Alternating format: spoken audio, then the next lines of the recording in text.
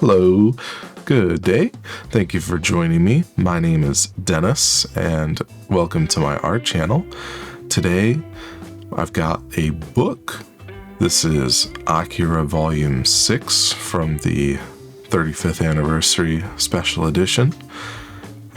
My good friend Peter has lent me the whole series for, honestly, much longer than I think anybody would imagine.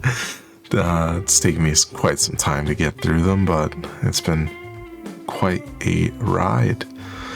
I love the actual cover of the book behind the slip cover, excuse me. See all the bikes ride into the city.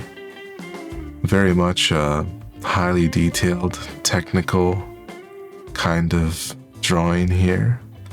Not in exactly the kind of art that I'm going to be creating today, but nonetheless inspiring in just the technical prowess of Otomo and everything that all the work that went into creating that illustration.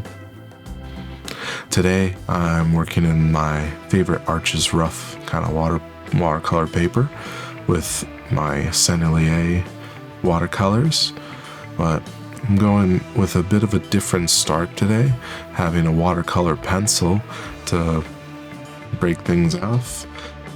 Going in with some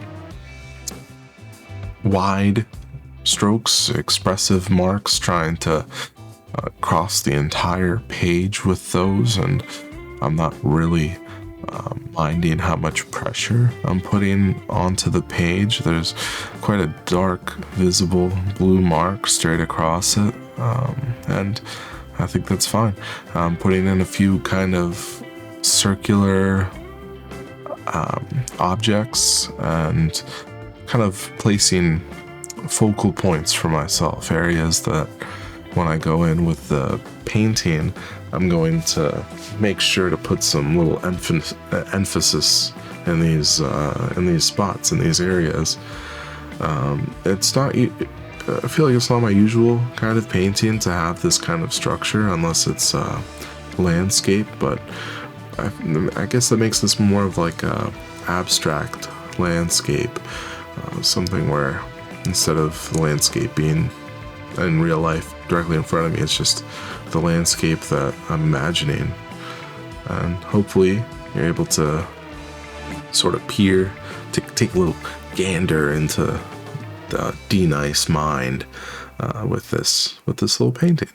I'm starting off with just a sienna color, nothing crazy, just a neutral kind of reddish tone, and I'm going into the spots that are kind of in between the lines, if you will, the areas that I've marked, kind of designated as not having anything. So I guess in this case, the sienna is the color of air for me.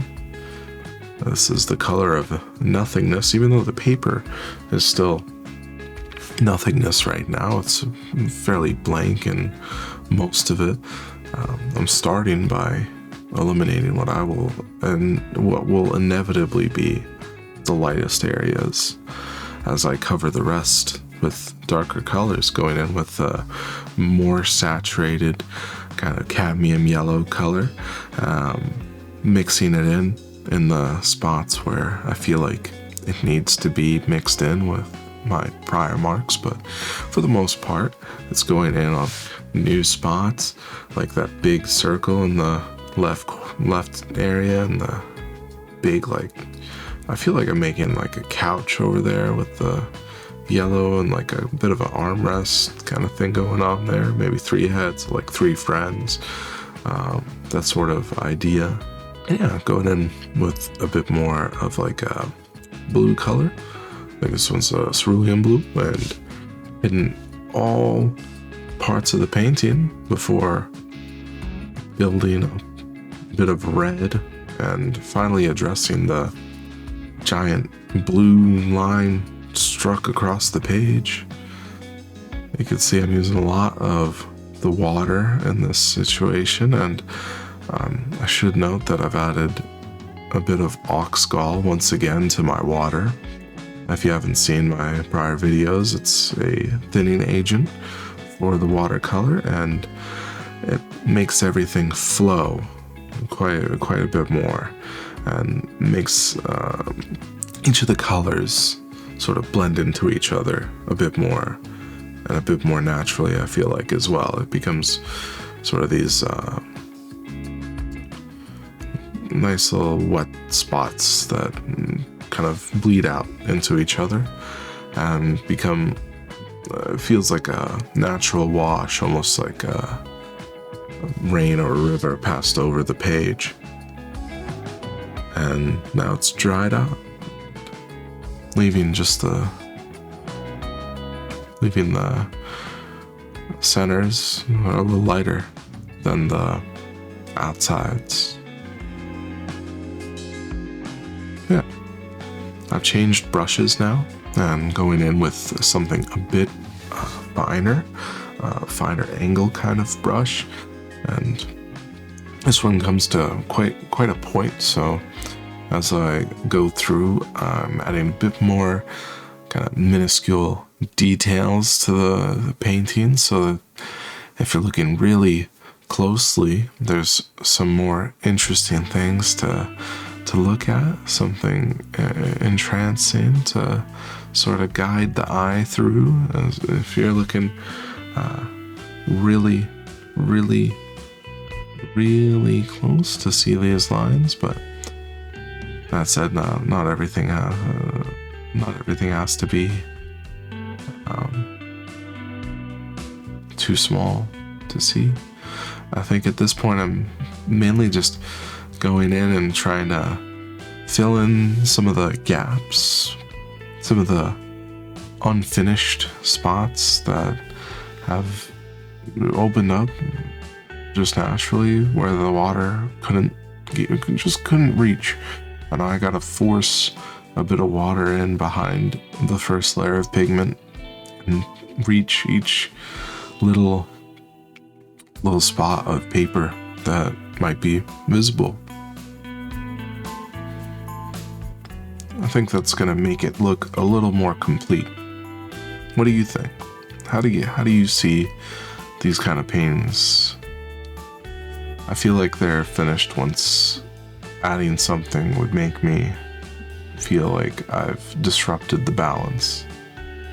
At this point, I'm only adding to the balance, but it's not too much. There's still, I feel like the painting is still asking for more. It's just too light, not enough pigment, not enough something going on. Maybe the subject is just too weak at this point. I mean, there's paint almost on every corner, but it doesn't quite feel finished, since there's not a direct kind of, oh, my eye's gonna go here and then there and then there. Right now my eye goes sort of to the left side where it's like a red dot, and then it follows the line going up across the page, but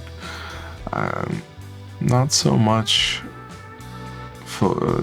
able to get through to the upper left. I think that's where I end up putting the most effort in this latter half of the painting. Here's a good look at those details that I was saying. You can see, obviously you can still see the structural lines from my pencil, but even then you can see the light kind of marks created by this angle brush that are quite subtle. Very hard to tell some of the tonal changes within the painting and these little marks. But I think that's what makes something like this interesting. For me, those little marks can be interpreted as, sometimes they could be vines, sometimes they could be people, sometimes they're limbs, sometimes they're like limbs in terms of people's limbs, sometimes the limbs in terms of tree limbs, you know. There's bit of a play that I have with these lines and objects to try to make a world where things might seem a certain way, but maybe they aren't. Maybe they aren't necessarily that way.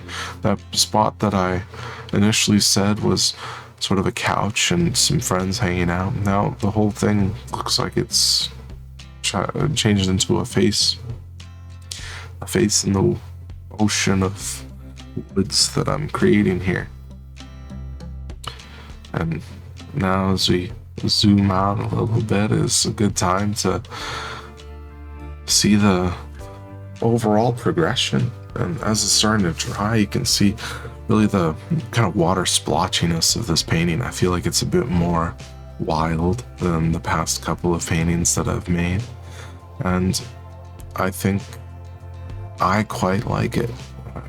But what do you think? Do you think this is a good direction?